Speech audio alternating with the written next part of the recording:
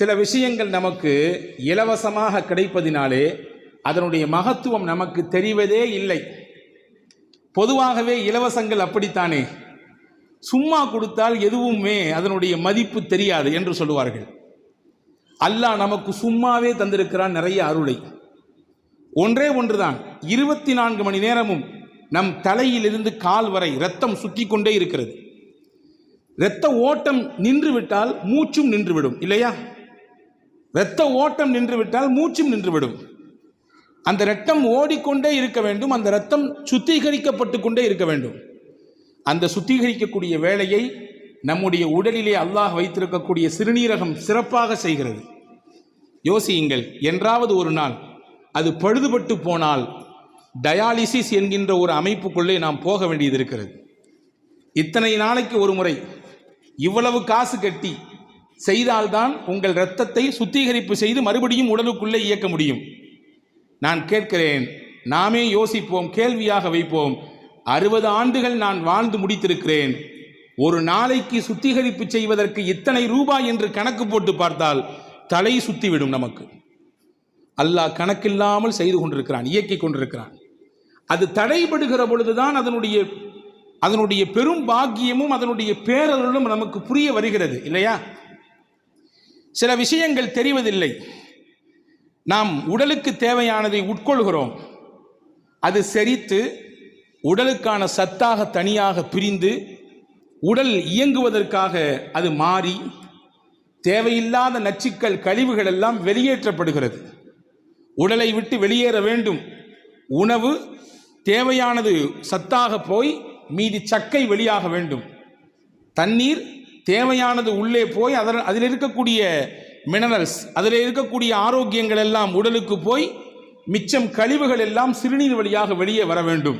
வைத்துக் கொள்ளுங்கள், இதில் ஏதாவது ஒன்றுக்கு முன்னுக்கு முரணாக போனால், நான் ஸ்டாப்பாக போனாலும் பிரச்சனை, போகாமல் இருந்தாலும் பிரச்சனை. அல்லாஹ் சீராக இயக்குகிறான், நமக்கு தெரிவதே இல்லை. சீராக இயக்குகிறான் இல்லையா? போவது போகிறது, தேவையானது உள்ளே இழுத்து கொள்ளப்படுகிறது, தேவையற்றதை வெளியே தள்ளுகிறான். பாருங்கள், அதிலும் ஒரு பேரதிசயம், அற்புதம். மனிதன் சாப்பிட்டு முடித்ததற்கு பிறகு தேவையில்லாத நச்சுக்கள் வெளியே போக வேண்டுமென்றால், கழிவுகள் வெளியே போக வேண்டுமென்றால் குறிப்பிட்ட இடத்திற்கு நாம் செல்ல வேண்டும். நாம் நினைக்க வேண்டும், நான் என்னுடைய கழிவுகளை வெளியேற்றப் போகிறேன் என்று நினைக்க வேண்டும். அதற்கு பிறகு அந்த மாதிரியான ஒரு அமைப்புல போய் அமர்ந்ததற்கு பிறகுதான் உடலிலிருந்து வெளியேறுகிறது கழிவு. வைத்துக் கொள்ளுங்கள், உள்ள போட்ட பின்னாடி ஆட்டோமேட்டிக்காக செரிச்ச பின்னாடி வெளியாகியும் நிலை ஏற்பட்டா என்ன ஆகும்? கதை கந்தலாகி போயிடும் இல்லையா?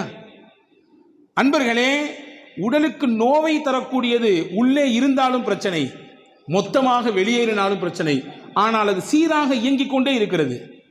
எனவேதான் நபிகள் பெருமானார் ஸல்லல்லாஹு அலைஹி வஸல்லம் கழிவறைக்கு போய்விட்டு வந்தால் நீங்கள் சொல்ல மறக்காதீர்கள், அல்ஹம்துலில்லாஹ் குஃப்ரானக், உன்னிடத்தில் மன்னிப்பை கேட்கிறேன், அல்ஹம்துலில்லாஹ், எல்லா புகழும் அல்லாஹ்விற்கு. நீங்கள் உள்மனதோடு சொல்ல வேண்டும். அஸ்ஹப அன்னியல் அதா வ ஆஃபானி, எனக்கு நோவு தரக்கூடிய அந்த மலத்தை, சிறுநீரை என்னிடத்திலிருந்து பிரித்து எடுத்து எனக்கு ஆரோக்கியத்தை தந்த அல்லாஹ், உனக்கு எல்லா புகழ். அது உள்ளே இருந்தால் பிரச்சனை, சரியாக வெளியேறவில்லை என்றால் பிரச்சனை.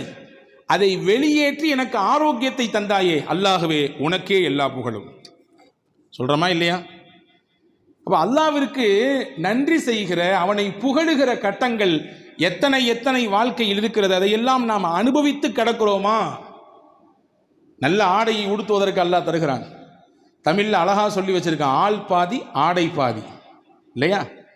ஆடை இல்லா மனிதன் அரை மனிதன். எவ்வளவு அற்புதமான வார்த்தைகள் தெரியுமா? இதுவெல்லாம் தமிழ் ஒரு அதி அற்புதமான மொழி, அதி அற்புதமான மொழி. எத்தனை எத்தனை நல்ல கருத்துக்களை நம்முடைய உள்ளங்களிலே கொண்டு தேக்கி வைத்திருக்கிறது. ஆள் பாதி ஆடை பாதி. ஒருவரின் ஆடையை வைத்துதான் அவனுடைய அந்தஸ்து, அவனுடைய தரம் நிர்ணயிக்கப்படும். ஆடை இல்லா மனிதன் அரை மனிதன். ஆடை இல்லை என்றால் எவ்வளவு அறிவு இருந்தாலும் அவன் அரை மனிதன் தான், முட்டாள் தான். ஆடை நமக்கு அலங்காரத்தை தருகிறது, நம்ம அவயங்களை மறைக்கிறது, நம்முடைய கற்பை பாதுகாக்கிறது. நான் கேட்கிறேன், இன்றைக்கு உலகத்தில் ஆடையை உடுத்துவதற்கு, அரை நிர்வாணங்களாக உலகத்தில் வாழக்கூடியவர்களின் எண்ணிக்கை நமக்கு நம்மிலே எத்தனை நபர்களுக்கு தெரியும்? சரியான ஆடை இல்லாமல் கிழிசல் ஆடைகளை, ஒட்டுப்போட்ட ஆடைகளை, கந்தலான ஆடைகளை, அழுக்கான ஆடைகளை, அதுதான் நமக்கு கதி என்று உடித்துக்கொண்டு வாழ்பவர்கள் எத்தனை? அப்படியெல்லாம் இருக்கும் பொழுது நல்ல ஆடையை உடுத்து அல்லாஹ் தந்தானே, அதை போடும் பொழுது அவனை புகழ வேண்டாமா? லிபாசை யுவாரி சௌஆத்திக்கும் வரீஷா, அல்லாஹ் தான் உங்களுக்கு ஆடையை தந்தான். 2 காரணம், உங்களுக்கு அது அலங்காரம், 2வது உங்கள் மானத்தை அது மறைக்கும். உங்கள் மானத்தையும் மறைக்கும், உங்களுக்கு அலங்காரமாகவும் இருக்கும். எனவே அந்த ஆடையை உடுத்தும் நேரத்திலே நாம் அல்லாஹ்வை புகழ வேண்டாமா? என் மானத்தை மறைத்திருக்கிறேன், என்னை அழகாக நான் என் ஆடையில் வெளியே காட்டுகிறேன். நபிகள் பெருமானா ஸல்லல்லாஹு அலைஹி வஸல்லம் ஒவ்வொரு நாளும் ஆடை உடுத்தும் பொழுதும் இந்த துஆவை ஓதுவார்கள். அல்ஹம்துலில்லாஹில்லதி கஸானி ஹாதா வ ரஸகனீஹி மின் கைரி ஹவுலின் மின்னி வலா குவா. அல்லாஹ்வுக்கே எல்லா புகழும், அவனே எனக்கு ஆடையை உடுத்த தந்தான். இந்த ஆடை எனக்கு கிடைத்திருக்கிறது, ஏதாவது என்னுடைய முயற்சி உண்டா? கிடையாது. என்னுடைய முயற்சியோ என்னுடைய திறமையோ இல்லாமல் என்னை பாதுகாக்க, என் கற்பை மறைக்க, என்னை அலங்கரிக்க அல்லாஹ்வே தந்தான் இந்த ஆடையை, அவனுக்கே எல்லா புகழும் என்று ஒருவர் சொன்னால் அதற்கையும் பலனை சொன்னாங்க. ஒருத்தர் சட்டை போடும் பொழுது அல்லது பேண்ட் போடும் பொழுது, லுங்கி உடுக்கும் பொழுது இந்த துஆவை ஓதுகிறார். முஸ்னத் அஹமதிலே ஹதீஸ் வந்திருக்கிறது, உஃபிர லஹு மா தகத்தம மின் தம்பி, அவர் முன்னால் செய்த எல்லா பாவத்தையும் எல்லாம் அந்த துஆ அழிச்சிருந்தாங்க ஸல்லல்லாஹு அலைஹி வஸல்லம். அவர் செய்த பாவங்களுக்கெல்லாம் பரிகாரமாக இந்த துஆ மாறிவிடுகிறது என்றார்கள் பெருமானார் ஸல்லல்லாஹு அலைஹி வஸல்லம். இப்போ ஆடை உடுத்தும் பொழுது நாம் இதை யோசிக்கிறோமா? நல்ல உணவை நமக்கு அல்லாஹ் தருகிறான். பசி வந்ததற்கு பிறகு புசி என்றான் இல்லையா? ஆனால் இன்னைக்கு நம்மள பல பேருக்கு பசியே வர்றதில்லை. பசிப்பதற்கு முன்பாகவே சாப்பிடுகிறோம். அது ஒரு புறம் வைத்துக் கொள்ளுங்கள். ஒரு காலகட்டம் இருந்தது, அரை வயிறை நிரப்புவதற்கு பாடுபட்டார்கள். சோறே இல்லை. நம்முடைய முன்னோர்கள் சொல்லி கேள்விப்பட்டிருப்போம், எங்களுக்கெல்லாம் இந்த மக்காச்சோளம் தான், அதை அந்த மாவை எடுத்து கஞ்சி காய்ச்சி குடிப்போம். மரவள்ளி கிழங்கு தான், அதை தான் நாங்கள் அவிச்சு சாப்பிடுவோம். நல்லது போல்லது நாட்களில் மட்டும்தான் எங்களால் அரிசி சாப்பாடு சாப்பிட முடியும் இல்லையா? அப்படியெல்லாம் இன்றைக்கு இல்லாமல் விதவிதமான உணவுகளை அல்லாஹ் தருகிறான். விதவிதமான உணவுகளை நம்முடைய தேவைக்கு அதிகமாகவே அல்லாஹ் தருகிறான். யோசிக்கிறோம், உணவை சாப்பிட்டதற்கு பிறகு தந்த அல்லாஹ்விற்கு நன்றி சொல்கிறோமா, புகழுகிறோமா? நம்முடைய முயற்சியா? தானியம் நம்முடைய முயற்சியில் கிடைத்ததா? அல்லாஹ் கேட்கிறான், சூரா வாக்கியா ஓதப்பட வேண்டும் ஒவ்வொரு வீடுகளிலும். எது நடக்கிறதோ இல்லையோ, யாரை பற்றி எப்படி கழுவி குடிக்கிறோமோ குடிக்கவில்லையோ, ஒவ்வொரு நாட்களிலும் வீடுகளிலே சூரா வாக்கியா ஓதப்பட வேண்டும். பெருமானா சொன்னார்கள், வாக்கியா சூரா ஓதப்படுகிற வீடுகளுக்கு வறுமை அதன் வாசலுக்கு கூட வராது, ஏழ்மை அந்த வீட்டு வாசலுக்கு கூட வராது. பெருமானாரின் வார்த்தை, சத்திய வார்த்தை அது. அல்லாஹ் கேட்கிறான் அந்த சூரா வாக்கியாவில், அஃபரஐதும் மா தஹ்ருஸூன், நீங்கள் விதைக்கிறீர்களே விதை, அதை பார்க்கவில்லையா? அன்தும் தஸ்ரஊனஹு அம் நஹ்னு ஸாரிஊன், நீங்கள் விதையை மட்டும்தான் பூமியில் போட்டீர்கள், அதை உங்களுக்கு தானியமாக யார் தந்தது? அரிசியாக யார் மாற்றி கொடுத்தது? கோதுமையாக யார் மாற்றி கொடுத்தது? உங்களுக்கான உணவாக அதை யார் தந்தது? நீங்களா அல்லது நானான்னு கேட்கிறான் அல்லாஹ். கேட்ட அடுத்து ஒரு வார்த்தை கேட்பான் பாருங்க, ரொம்ப அற்புதமான வார்த்தை. லவ் நஷாஉ ஜஅல்னாஹு ஹுதாமன் ஃபதல்தும் தஃபக்கஹூன், நாம் நாடி இருந்தால் நீங்கள் போட்ட விதையை அந்த கதிர்களிலேயே பதறுகளாக மாற்றியிருப்பேன், உதவாத பதறுகளாக மாற்றியிருப்பேன். எனக்கு அந்த சக்தி இருக்கிறது அல்லாஹ் சொல்லுகிறான். அப்ப அந்த உணவை சாப்பிட்டதற்கு பிறகு வல்ல அல்லாஹ்விற்கு நான் நன்றி சொல்ல வேண்டாமா? சாப்பிட்டதற்கு பிறகு மட்டும் இல்லை பெருமக்களே, எத்தனையோ உணவுகளை வாயில் போட்டு மெல்லுகிறோம். சிலது நைஸா உள்ள இறங்கிறது, சிலது கஷ்டப்பட்டு இறங்குது, கடிக்க கூட முடியல, ரொம்ப கடினமா இருக்குது, நல்ல அதாவது ஜாமிதாக இருக்கிறது, ரொம்ப தடிமனாக இருக்கிறது. எப்படியோ வாயால் கடித்து மென்று உள்ளே தள்ளிவிட்டோம். யோசிக்கிறோமா என்றாவது? கடிப்பதற்கே இவ்வளவு வலுவாக இருந்தது, வயிற்றுக்குள்ளே இறங்கி எப்படி அது செரிமானமாகும்? செரிமானமாகுவதற்கென்று அல்லாஹ் ஒரு இயற்கையை வைத்தான். அவன் நுட்பமானவன். படைப்பின் திறன்களை ஆய்வு செய்து எந்த அடிப்படையில் மனிதனை உண்டு வெளியே தர வேண்டும் என்பதிலே தீர்க்கமான ஞானம் உள்ளவன். எனவேதான் அல்லாஹ் தன்னை ஹக்கீம் என்கிறான். ஹக்கீம் என்றால் நுட்பமானவன், நுண்ணறிவு மிக்கவன். அந்த நுண்ணறிவு உலகத்தில் யாருக்கும் கிடையாது. நினைக்கலாம் நம்மள மாதிரி அறிவாளி உலகத்தில் உண்டா?